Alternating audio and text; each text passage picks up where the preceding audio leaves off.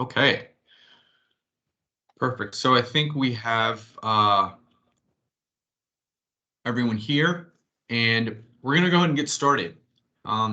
So this is our, I think, fourth installment of the Smart Bar session. Basically, what we're going to be highlighting today is the ENS patient panel, the do's and don'ts. Patient panels are obviously the lifeline to the ENS notifications you receive. Those panels, when you submit them to us, we refresh them, and that ensures that we have the most updated patient demographic information.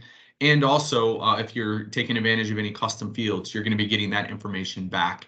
An outdated patient panel does a couple things. The first, the demographics might be old and outdated, which means you're going to receive a low match rate.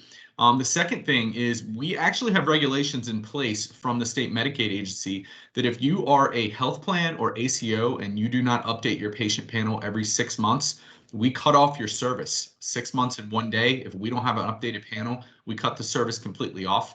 And for provider groups, along with hospitals, skilled nursing facilities, hospice, it's a year. So if we get an updated patient panel within a year for your organizations, your service goes uninterrupted. But after that year, if we haven't received an updated or refreshed patient panel, the system will actually cut your notifications off until we get an updated panel. So I'm going to go over how to develop a patient panel, how to make sure you do it correctly. A lot of people submit patient panels, and I'm going back to them and flagging different issues or problems we might have. What we're trying to do here is just provide some education and some basic do's and don'ts and things you can do to ensure your patient panel gets processed correct the first time. Because if it goes in the first time and it's correct, it typically is expedited, and we can have it loaded usually within a couple hours, depending on the size. But most of the time panels load. I think last night, we loaded 44 panels overnight. So we can load a lot of panels really fast as long as they're correct and the data is exactly the way the system requires it to be. So I'm going to go ahead and kind of get started and highlight a little bit about exactly what we're going to focus on today. So just for everyone's awareness, here's kind of the outline. We're going to highlight the steps to develop a panel, post and confirm a panel has been pushed live. We're also going to focus on some simple things to avoid when developing a Florida HIE ENS panel. The first thing is how to load a panel to the SFTP site, the proper file name and format you need to adhere to, how to set up the file to ensure expedited loading, frequency on which panels can be loaded. Some people think they can be loaded multiple times a day. They cannot. So I'm going to highlight that a little bit. And tips and tricks to avoid the file being rejected or our system causing issues with it and us having to go back to. And then the final thing, I'm just going to highlight utilizing custom fields and how you can change your custom fields within the panel. So we're going to go over this. I've only got about 25 minutes here to do it because I do want to open it up the floor for questions, or if people want to submit things in the chat, I can go through and spend time on that as well. So I'm going to kind of push through this pretty fast. The first thing I'm going to highlight is essentially how to load a patient panel. If you are using, that's a big asterisk on the if you're using the Florida SFTP site, if you're using that site, you can take advantage of the auto panel loader, which means you can load a panel, it'll pick it up automatically, it'll load it, and it'll go through live with no problems. If you're not using our SFTP site, you need to email the Florida Service Desk every time you post a new panel to the site. If you don't, we may not pick it up. I do a pretty good job once a month going through and reviewing external SFTP sites for the files, but if I can get an email reminder to me, I can go in and grab it, usually pick it up in the same day. But this right here is going to focus on how to load to our SFTP site. The URL right there is listed. If you don't have access to the system or you need other people in your organization to have access to be able to load panels, just reach out to the service desk, get them to load one to you. The folks who have service desk access have the ability to submit an SFTP request. But the first thing you're going to do is log on and open the patient panel folder. Within that folder, you're going to see an accepted and rejected folder. You don't put anything in those two folders. The system automatically will grab the file and drop it in if it's been accepted or rejected. But what you're going to do is when you go to that patient panel folder, you're going to select add file at the bottom left-hand side of the screen. And then you're going to select the file and you're going to hit start upload. And it's automatically going to show you in the bottom what it looks like to upload. At the end of the session, I'm going to do a quick demo to just show everyone how it's done. There's also a training video, which I've highlighted right here. There's a link. I'm going to send these slides out afterwards as well. You can click on this. It's a training video that shows you exactly how to do this step by step. And if you have any questions, reach out to me directly. So you would add the file, you would click start, you'd watch the file be uploaded, and once it's there, it's uploaded to the patient panel folder. Do not move it. That's exactly where it needs to go. If you're loading your patient panel into any other folder on the SFTP site, our automated system is not picking it up, and we're not even aware you're posting panels to any other place. It only looks within the patient panel folder. So if you drop a file into the accepted folder or rejected folder, our system isn't even aware a file's in there. So that's something to make sure you flag for your team and make sure they're aware of that, because if some people are putting them into another folder or they're dropping into the accepted folder month over month over month, we're not picking anything up. And that's something to make sure you flag for your team that they need to do that. So once you've loaded the panel, here's a couple things you want to validate even before you get to that step. The first thing is each patient panel needs to have a subscriber source code in the initial file name of the panel. So I've listed a kind of an example here for folks. So if this is a new subscriber, their name is Florida Health Beach Group. All right. We will reach out to you and provide you the subscriber source code that you need to label your patient panel file. If you have questions about that and you're like, I'm not sure what that is, you can email the service desk and you can get that code and we'll email it back to you. So for example, we've assigned Florida Health Beach Group FLHIE FHBG. All right, that's what the source code is going to be. That's what it's going to be all the time. Another good way to kind of validate if there is some concerns with, we don't know what the source code is, we're not sure. We are actually sending you information back in the context of your notifications. That information in the context of notification is going to contain the source code. So that's another way to get it. The easiest way, honestly, is just to email the service desk and ask for it. So when you develop the file, you want to make sure you include that source code FLHIE FHBG, and then you want to do a hyphen, all right? And then you want to do the year, month, day, .csv. If you don't include that hyphen in here and you add an extra space or an underscore or anything that isn't that hyphen, the system's going to fail and it's going to come back and say it's an invalid file. Some source codes don't contain the underscores. Some source codes don't contain FLHIE. We'll give you the source code you need, and that's the one you have to use. But starting from this point forward, this is what you need to make sure you enter in. The source code is going to stay static with every single panel you load, but starting at that hyphen, the date stamp needs to potentially change. If you want to do it, year, month, that's fine. If you want to do it a year, month, day, that's fine, as long as it doesn't mirror the previous panel that was uploaded, because that'll error out the system as well. Make sure also that the file is saved in a CSV format. Don't do it in UTF-8 format, which is listed in the drop-down menu if you're saving CSV. I think it's one of the first ones listed if you're just scrolling for CSV. Make sure it says CSV, delimited. And that's the type of file you want to save it in when you post it. Those three things need to always be present when you're uploading a patient panel. The subscriber source code, this here right here, a hyphen with the date stamp in which you're loading the file, and then it's got to be .csv. Okay. So you've done the proper format for the file. You know how to load it in. The next things are to validate a couple things within your panel. So this is where it gets a little tricky. And while I'm talking, if some folks are doing things a little different, that's okay. Majority of the thing we want to stress to everyone is consistency. So example is date of birth. If you're entering month, day, year versus year, month, day, that's fine as long as it's consistent for every patient on the roster. You can't change it midway through. The preferred format for date of birth is year, month, day. All right, but I'm going to go through every single one of these columns just to highlight. The first thing I really want to stress to folks is every single one of these columns I've provided here has a specific punctuation, formatting, underscore. Everything about it needs to be exactly as provided in the patient panel sample. If you have questions about it, I can give that to you. But most folks understand this, that if the slightest thing changes with one of these column headers, punctuation and underscores removed, it's going to fail. The first column is always member status, and it always needs to be capital ADD, for every single patient on the thing. The MRN, this is another thing to really make sure you keep in mind.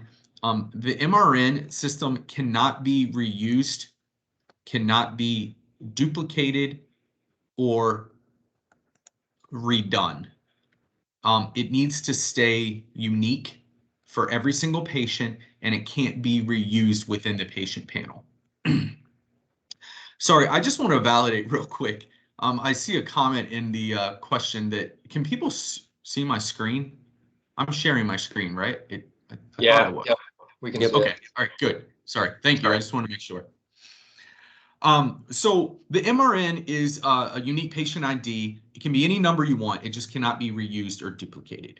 So when you provide a name of Brian Smart with an MRN of 1234, my MRN has to stay consistent every time you load me on the panel. You can't all of a sudden change me to a different MRN. The first name, middle name, last name, this all can be listed as expected. Just don't put quotes or Johnny Q or something. Just keep the name as expected. An address line 1 and address line 2. Address line 1 is typically the address. So if it's 123 Main Street, that's fine. But then if it's apartment 5 or unit 12, add that in the address line 2. That separation allows the system to understand that, okay, this is their address and this is where they live. It gets confused sometimes if you don't separate that out. It's not going to fail. Sometimes it's a little better to separate that, because that's what we expect come to inbound data. Address line 1 from hospitals, and then address line 2 usually has unit or apartment information. City, state, we prefer an abbreviation. You can spell it out. It just needs to be consistent. Same with the abbreviation. If you do FL for Florida, make sure you do FL for everyone. Don't do Florida and then spell out the word Florida and then FL, make sure you keep it consistent. The zip code is another thing that consistently fails. This is a problem a lot of times that we manually change, but it takes time for us to go in and do that. So sometimes it delays. The requirement for us is 5 digits. All right, that's basically what we consistently are looking for. If you want to do 9 digits with a hyphen, that's fine. It just needs to be consistent. So if you list in a zip code as 9 digits for 20 of your patients and then the rest 5 digits, those 20 are going to fail, the panel is going to fail, and we're going to have to go back in and manually change it and reload it. So my recommendation to folks is just keep it at the 5 digits, keep it simple. But if your automated system or whatever you're pulling out of your EHR requires 9 digits, that's fine. Just keep it consistent.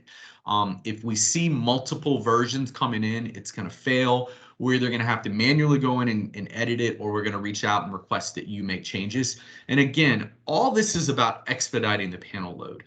It's all about preventing delay in loading your panels. And sometimes if we've got 50 or 60 panels in the queue and 20 of them have problems, we start from the top and work all the way to the bottom. So that 20th panel may actually get touched and get edited for 4 or 5 days, because we've got 20 others that we had to figure out what's going on and make edits and change to them.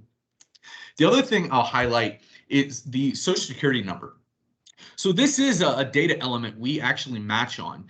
It's helpful if you have it and can provide it, but you can either do the last 4. If it's a PHI issue and you don't want to provide the whole Social Security number, that's okay. The last 4 digits are fine. Just keep them all numerical. So it's either the full social or it's the last 4, and don't include any asterisks or anything to kind of, block out the first digits, and you only want to include the 4. Just provide the 4 and that's it. Our system will pick it up. The insurance ID is another element we added in the columns. This is not a required field, but it is something that can help the match. It doesn't hurt you though. If you put in a wrong or an old insurance ID, it's not going to hurt the score. For example, if you put in a wrong date of birth, that can actually hurt you. The wrong gender, that can hurt you. But insurance ID can't hurt you. So if you have an old one that might be a year or two old, you can enter it in and it can only help you. So if the patient comes in and provides an ID card that maybe is outdated, you can go in and essentially enter that information in. It's not going to hurt you. Another thing we've added is gender. While I mentioned that, we added you as undefined. So if you don't know what the gender is, you can just put you for all of them. It may not help you, but it's also not going to really hurt you. M and F is the standard that what we receive. You can spell it out if you want, but we prefer just the M and F. That what seems to work better in our system. The bolded elements here are the ones that are required for what we say is a consistent match rate. Some folks don't have that data, and that's fine. Provide us what you can, and the match rate will be what it is. But the bolded items are the ones that we do require in order to get any sort of high volume on the match rate. So the thing I'll highlight one more time here is make sure the column headers mirror the patient panel or what you submitted last time your panel was approved. And I'm going to go through some examples here, but the slightest change in punctuation, spelling, spacing, capitalization, anything will cause it to fail. And this even goes with your custom fields as well. If you guys have custom fields and you make a slight change to one, you add a space or anything, it's going to fail. So make sure they mirror exactly what you provided last time you uploaded a panel. There is a link on the Florida HIE website for a sample patient panel if you want to go in and just validate it. But you can also go in, which I'll show you how to do, go into your previous panel that was processed and uploaded within the SFTP site, and you can just do a simple copy and paste and drop it in the new panel you're creating, and there you know, hey, this is exactly what I submitted last month and it was approved.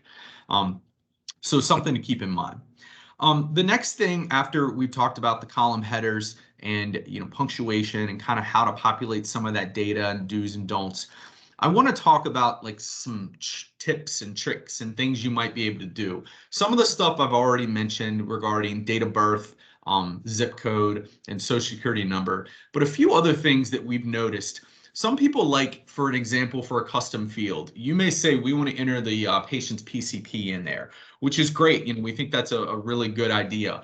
But if you enter Smith, comma, Dr. period James in a comma delimited file, those commas are actually going to cause it to error out, and the system won't, it'll think, well, so do you want this to be two separate fields, or do you want it to be the same? And it errors out because it doesn't exactly know what you're trying to do. Because if you put a comma within a particular segment and it's a comma delimited file, it's going to error out. And this can be done with anything. If you want to, if a patient goes by, James, quote unquote, John, you can enter that in the first name. That's fine as well. And the way to do this, though, is when you're developing the file, put quotes around a particular name that you're looking to enter a comma into or a period. And the ability to do this will mean that we can process that name as is because you put quotes around it. So it would look something like comma, quote, Smith, comma, Dr. period, James, quotes, comma. I know that's a mouthful, but that's the way to do that in order to add comma into a particular field that maybe you have custom fields, or maybe you want to add multiple elements into a field, and you want to separate it by a comma. The quotes are the best way to do that. The next thing, which we actually see a lot, it happens quite a bit, is populating any blank field with the word null. I know it sounds crazy, but if you populate an address with null or a phone number with null, our system will ingest that and it gets confused. It says, well, is the address now null, or is the address what I have on file? So in order to make sure you're not overwriting any clean data, I would suggest if you don't have any updates or you don't have a particular data element for that patient, don't write null, just leave it blank. The system will process it as expected. The word null sometimes causes confusion, especially with like middle names as a null, or addresses, null, city, null. Those are kind of things that populate and the system doesn't really know how to handle it. So best case scenario, do not populate blank fields with null. The last thing that we often do, when you've got your file set up, everything you think looks good in the CSV format, I would maybe take a peek at it in Notepad and validate what it looks like. Sometimes in Notepad, when you open it up and you view it, you can see that, whoa, there's some crazy additional spaces in this column. I don't know why. Or the separator that I applied here didn't work and it looks a little strange. Notepad is a free thing to download, and sometimes it's nice to just take a quick peek. Open the file in Notepad++ and just take a quick peek and see what it looks like. If it looks funky, maybe it's something you need to go in and change some column spacing or some elements of the data because it's maybe truncating. We've had issues with folks uploading phone numbers in a text versus numerical, and when you open it in Notepad, it looks funky, and you can immediately see, okay, I did that incorrect. Let me go back and make changes. Again, these are just some things to do to really try to make sure your panel gets loaded and gets processed as quickly as possible. So I'm going to highlight a couple examples here just to kind of give you real world context. And this is how I know our system probably frustrates a lot of you because frankly, we built it, so it was meant to do that. The whole point of the system, though, is to validate different elements of a file to ensure our auto panel loader system is not grabbing the wrong file for the wrong subscriber and loading it, or you're not making changes within your panel that's going to cause data to come back to you in an incorrect manner. So the first thing I want to highlight is the column headers. So remember I stated the column headers need to look exactly the same as they were previously loaded. They need to have the same spacing, formatting, and everything. In this example, you can see the benchmark up here, date_of_birth, which is what our requirements are, and that's what the previous panel has in the system. But if you look at the one that was rejected, it failed. It's because the date of birth, the column header was just DOB. It was not date_of_birth. So that caused the entire file to be rejected. So at that point, we get an alert within our system to tell us this is rejected. I have to go in and figure out why. And then I'll reach back out to the subscriber and say, hey, this is rejected because the DO birth column is incorrect. Please update it. If you were to update it, but then put an extra space after the word birth, comma, that's going to reject it too. So really make sure your column headers mirror exactly what you previously submitted. The next example is the file name. So in this example, the benchmark, the file name is FLHIE-BCHC. Everything looks great with that one, but the next one, it looks fine, but if you notice the L is missing in FLHIE. That right there is going to error out every time, and it's just because the source code needs to be updated and corrected. A couple other things, social security number right here. I've got this listed as an example. This is something you would not do. Just put the last 4 in. Don't add the asterisk to black out the front half of it. Just put the last 4 in and remove the rest. The other, just highlighting a couple things that I mentioned before. Zip code. You see how you have 5 digits and then the 9 digits. It needs to be consistent. We can take 9 or we can take 5, but it needs to be consistent for every patient on the roster. Same with date of birth. This date of birth, you can see it's November 21st, 1965, and this one's 1974, March 23rd. So you need to keep it consistent. It can't vary like this. Most times, I think the best thing to do is enter it year, month, day, just like in column 2 here. That's the best way and the most consistent way to load it, because sometimes if you load it like this, where you've got 0517, it'll truncate that 0 and the system errors it out because they don't know what that date of birth is. So I really would recommend year, month, day as the best way to do it. All numerical, no spaces, no hyphens, no anything. So those are a few examples of how sensitive and finicky the system can be. But frankly, it's for the customer's best interest. And the reason that is because I want to take a moment here to just highlight how the auto panel loader works.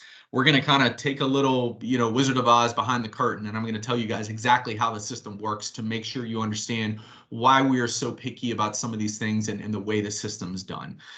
So once a file is placed onto your SFTP folder in the patient panel folder, on our SFTP site, we actually have an automated script that runs every 10 minutes looking for all 284 customers of ours to see, has there been a new file loaded in this? It opens it up, it looks and says, nope, and moves on to the next.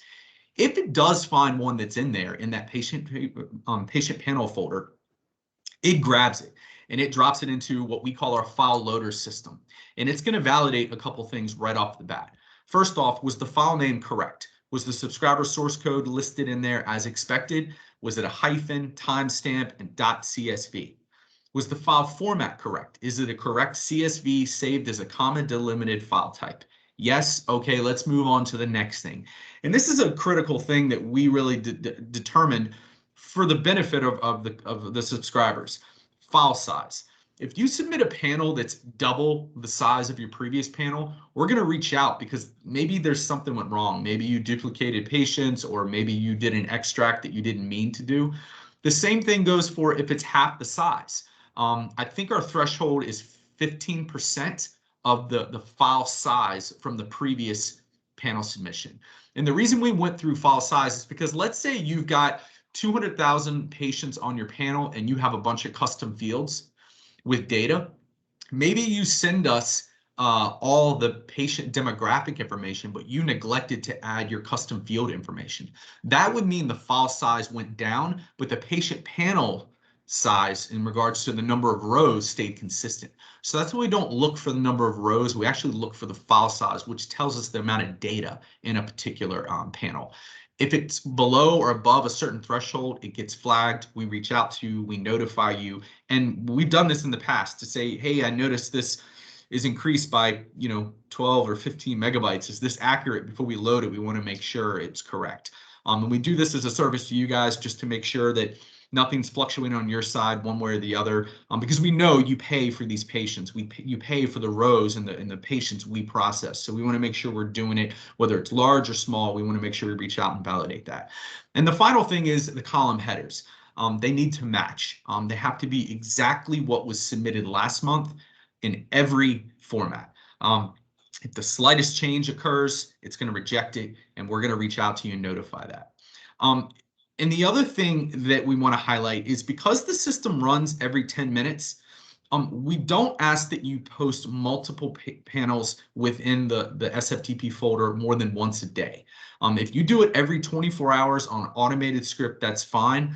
But the reason that is because we're dealing with a lot of panels, especially at the beginning of the month. And if you submit 1 or 2 panels in a single day, our system may not have time to process the first one, and it'll get backed up. And then if you process another one and another one and another one, the system may be behind by a couple panels, a couple hours.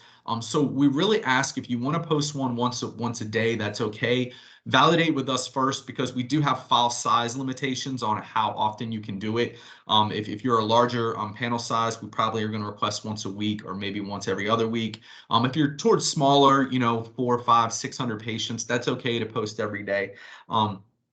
But just something to flag and let you know that we do have the ability with the automated script to actually load a panel on a more frequent basis.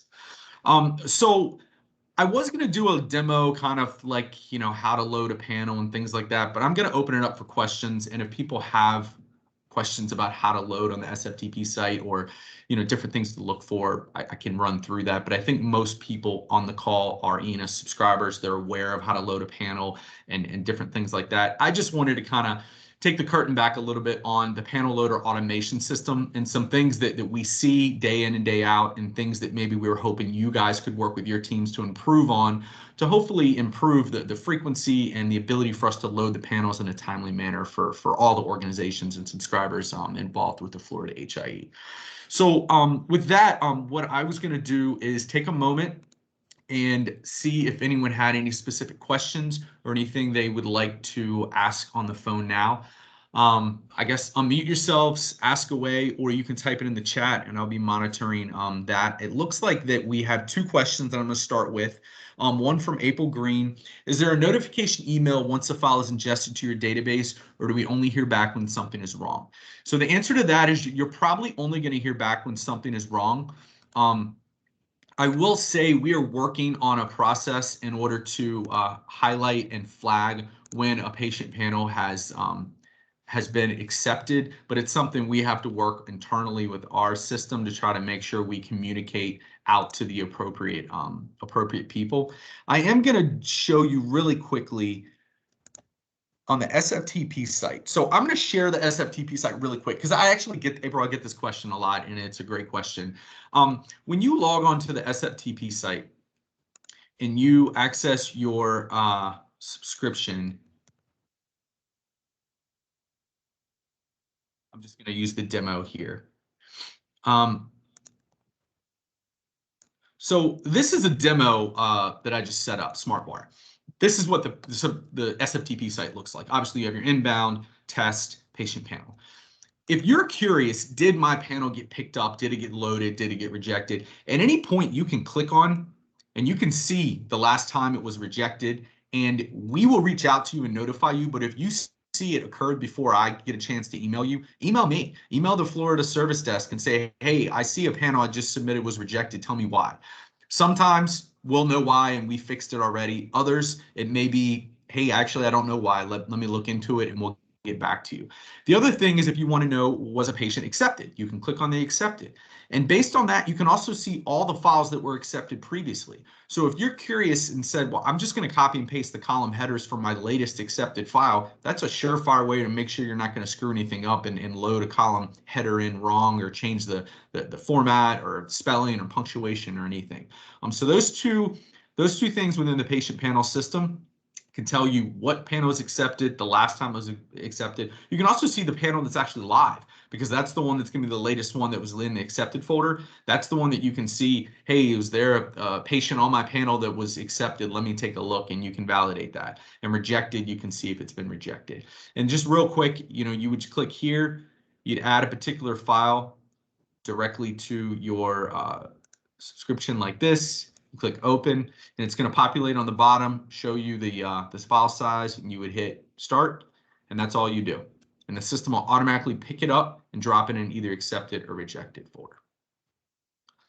All right, and how do I notify, this is from Fernando. Hey, Fernando. How do I notify the system when I need to add a custom column? You technically don't. It might help you if you do because I will already be prepared and ready to go. But if I see a custom column has been included in the patient panel, I will get a rejection and I'll reach out to you to say, hey, I see that you've added a new custom field. Do you want us to process this as is? And you would say yes, and then I would submit a ticket and get it going. But if you know, hey, this month we're going to submit a new custom field, you can go ahead and email me ahead of time just to give me a heads up, and that way I won't even need to reach out to you. I will don't email me 30 days ahead of time because I'll forget, but a couple days ahead of time I'll flag it and I'll know, and that way the moment it comes in, I see it's rejected, I won't even ask, I'll just submit a ticket and get it going. So it maybe gives us a day or two of turning that around a little quicker for you. Is the MRN mandatory? That was a question. Absolutely 100% mandatory. It is probably the most critical lifeline to link a patient to your subscription. The reason the MRN is mandatory is because if we have ACOs, provider groups, and a health plan all subscribe to the same patient, the MRN is something that links that patient to your subscription. And that's why when you change them or update them or do something different, the system thinks like, well, wait a minute, last month Brian Smart was 1, 2, 3 for Humana. This month Brian Smart's 4, 5, 6 for Humana. Are there 2 Brian Smarts? Is it 1? Is it the same person? And sometimes the system goes haywire and it errors out completely, or it loads in 2 and on an overwrite, it'll overwrite the other one. So having the ability to put in MRNs and keep them consistent and do not change or reuse them within a patient panel is critical to a successful panel load and ensure you're getting notifications back on that patient. How do you enter an international patient? International is a good question. Let me get back to you. I don't think we have. I think you would just enter Florida and the address information you have. But let me get back. I'll follow up that for you, Michelle.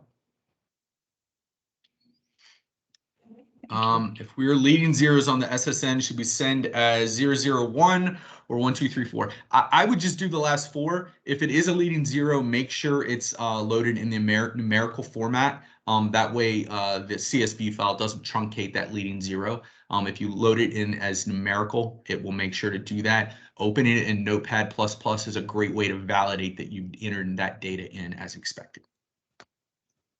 Are there any questions on the phone? I don't want to take all.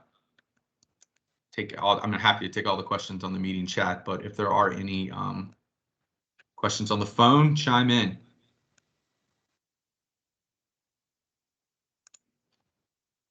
Hi, Brian. This is Valdemar. Hello. Maybe you answered my question already. This was about I asked a question about the patients being previously included in patients that were included that were already submitted. Can they be included in a second panel? Yes. So basically, the way our system works is it is a complete overwrite of your previous panel. So if you added myself to your panel 2 months ago and you updated a new panel today and you didn't include me, you would no longer get notifications from me moving forward. The way our system works is we do essentially we wipe out all the data and all the information we received previously from your panel, and we load the new panel in. Now, our MPI system stores historical data, but that is based off of all the subscribers combined, not your specific subscription. So if you've uploaded 3 addresses for me in the last 3 months, those 3 addresses live in the MPI along with the other data that's been added from other subscribers. And this allows the match rate to go up, because if someone hands an expired ID or provides an expired address information, our historical information that the MPI holds would be able to essentially match on that. It wouldn't be as high a match as a current address, but you would potentially get a decent match score on that. So just a slight follow-up here is, if I have an MRN number from the previous panel, even though there is an overwrite, so I have these patients included in a new panel, and let's say, is it okay for the MRN number to change if it is unique within that one file for everybody? Yeah.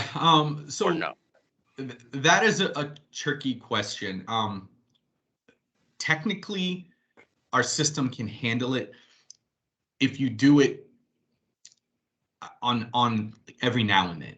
If it is every single time I load a new panel, I'm loading in completely new MRNs for every single patient, that's going to cause a system issue over time, where you'll start to get more MRN overlays. Data will be migrated together, and it isn't a clean way to do it. We're working on things we can do internally to try to correct that from happening. The only, if it's a few, half a dozen, 2 to 3 dozen patients, when you're reusing the MRNs for different patients month over month over month, I think that our system allows you to do that. The technical answer from my standpoint is absolutely not, do not ever do that. But I understand for folks who say, well, I know a patient's been attributed to me. I'm a provider group. I know a patient's been attributed to me by health plan. I'm going to assign them a random MRN number until they come through the doors. And then when they come through the doors, I'll assign them the Athena MRN or the eClinicalWorks MRN.